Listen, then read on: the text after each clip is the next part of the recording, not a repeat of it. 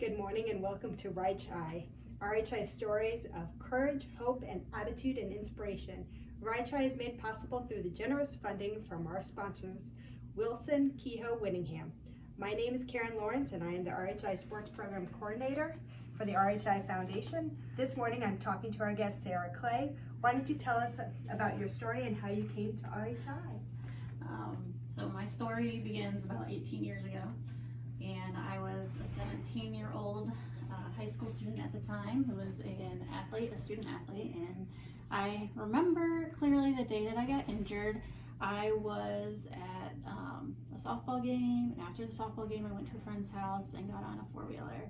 I had not had the best softball game, and I know I was a little bit angry, so I put a helmet on, I got on the four-wheeler, and I had a little bit of that extra confidence that a 17-year-old has at the time, and I ended up going too fast up a ramp and fell off, and I remember laying on my back. So at that point in time, I really didn't know what was going on. I thought my legs were in the air and all of that, and my friends came running over, and I asked them politely to please put my legs back on the ground, and they said, "Sarah, they're on the ground." So it was at that point that I knew that there was something that was very seriously wrong with me, and I began my journey to the hospital, to IU, and then eventually to RHI. So I spent about 2 weeks at the regular hospital, mainly because of a experimental surgery that they wanted to do for me there. And after my stay at IU, I transferred over here to RHI. And I remember that day that it was a day of hope coming over here, and also just a day of like finality, like, oh, this is going to be my life, so what does that mean for me? And that's how I came to RHI. Can you tell us a little bit about your stay while you were at RHI? Like what you did, the therapies that you went through, just different experiences you had? Yeah, so my stay at RHI is very memorable, and it kept me coming back even long after I needed to come back to RHI. But the people here were very friendly and made me feel like I was a part of a family when I was so far away from home for many weeks. So it was very good for me in that aspect. I clearly remember the first day of therapy. I got in a wheelchair and I started pushing myself toward the gym, and I ended up in the lobby and I couldn't push any farther. Which was strange for me because I was an athlete, and not having enough arm strength to get from, I don't even think it's a quarter of a mile, it's like, it's not that far away from my room to the gym, was quite embarrassing. And I just remember sitting there tired, exhausted, not able to get to the gym, and a therapist coming over and being like, "Are you Sarah?" and helping me push the rest of the way to the gym. And that was my first day of therapy here, and I remember thinking, oh my goodness, this is going to be terrible. I was here for 4 weeks, and I got to spend time with so many wonderful physical therapists at the time who encouraged me every day to get out of bed, to learn something new, and to become more independent. And whether that was a physical therapist or an occupational therapist who eventually started teaching me how to use a wheelchair and get me used to the idea of what that would look like, and how to just take care of my daily activities of daily living at home was very important. And all the encouragement that I got for, yes, you're going to be in a wheelchair, yes, you're paralyzed, but you can still live a pretty normal life. Those types of messaging to me at the time was very important. I think it set me up for a lot of success. I was an athlete before I was injured, like I said, and so then my favorite part of therapy was when I got to do recreational therapy. But the weird thing was, the first recreational activity they exposed me to was bocce ball, which was not very exciting, and I did not understand that at all. But it was a gateway, I guess, to the next level of competition that could be had in a wheelchair, and that was one of my favorite parts of every day.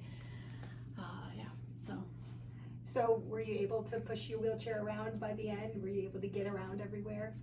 I was able to get around everywhere by the end. I know in the beginning I tried to stay in my room a lot because I was probably the youngest one here. I was 17, and a lot of people here were middle-aged and maybe even a little bit older. I think my roommate had like a hip surgery or something like that, and she was very kind, but like there was no like, let's go out and hang out and play cards type of community at the time, but I remember, by the end, I was going outside. There was instead of the Peace Garden, there was a basketball hoop at the time, and so I would try to get out there and do things, I just felt more comfortable to get around, and I didn't need any help to get to the gym or back to my room. Perfect.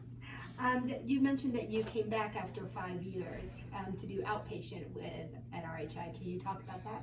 Yeah, so I had accepted that I was never going to walk again pretty much a year after my injury.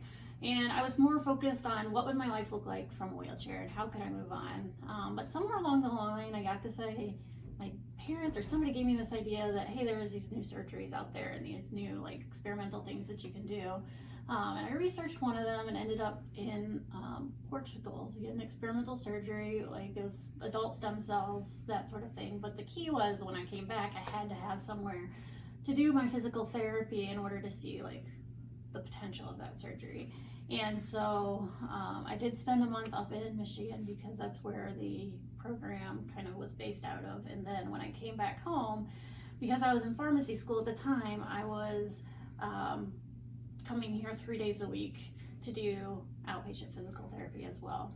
So at that point, it was things like learning how to crawl or using leg braces in order to figure out if my legs had gained any movement and that sort of thing. And I spent, 6 to 8 months until all of my funding ran out doing that here because insurance wouldn't pay for it at the time. So yeah, and it was a good experience as well. Awesome. So now tell us about your life after RHI. What are you doing? How have you stayed busy? Do you play any sports now? Are you working? Family?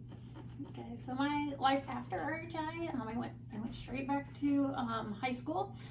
I graduated and I went to college, and I decided to move down here to Indianapolis. So at the time I lived in Mishawaka, northern Indiana. And for college I decided to move to Butler, and I went to pharmacy school. About 2 years in, I got married to my husband, who I'm still currently married to, Jeremy, and finished out pharmacy school.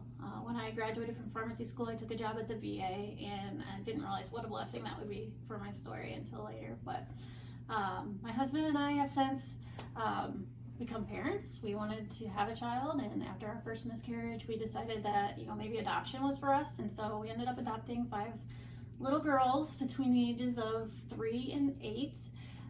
Yes, they were 3, 6, and 8, so that's 2 sets of twins. And we just did that for a while. And then a few years ago, 3 years ago, 3.5 years ago to be exact, my son came along, and that was just a miracle in and of itself. I got pregnant.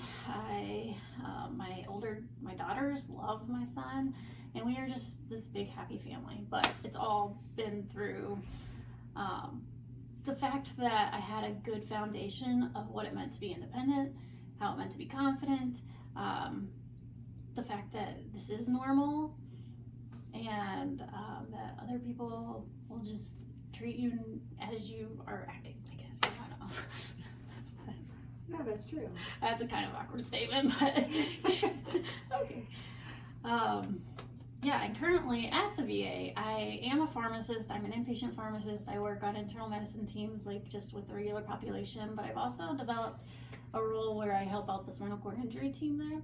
And so I help with counseling patients on medications, helping to monitor their medications, helping the doctors with picking out good regimens for spasticity and bowel regimen and all those sorts of things. And so I feel like that's my one way of staying connected to helping other people who might have spinal cord injuries. And right now it's based in the veteran population, and that's kind of where I landed. But I really enjoy getting to use my own experience and my education to help other people.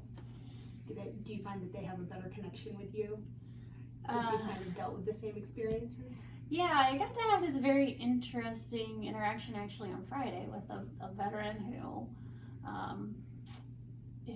just kind of had a very sad situation, but I got to talk to him a little bit about whether this is short term, long term. It's hard to know, but that there are opportunities and options to just move on with life in a very positive way. And I think up to that point, he may not have heard that story story. And so I feel like that to me is worth me staying where I'm at and being able to have those opportunities to just connect with people on a real level. And the doctors that I work with always say, Sarah, when you're in the room, I never get that, well, you don't know what I'm going through line, because it's kind of hard to pull that while you're sitting there. And I'm like, yeah, I get it. Awesome. Is there anything else that you would like to share with us today? No, thank you for inviting me in. Sorry it took me so long to get here. Thank you for watching, and if you'd like to donate to the RHI Foundation in honor of Sarah Clay, please click the link in this post.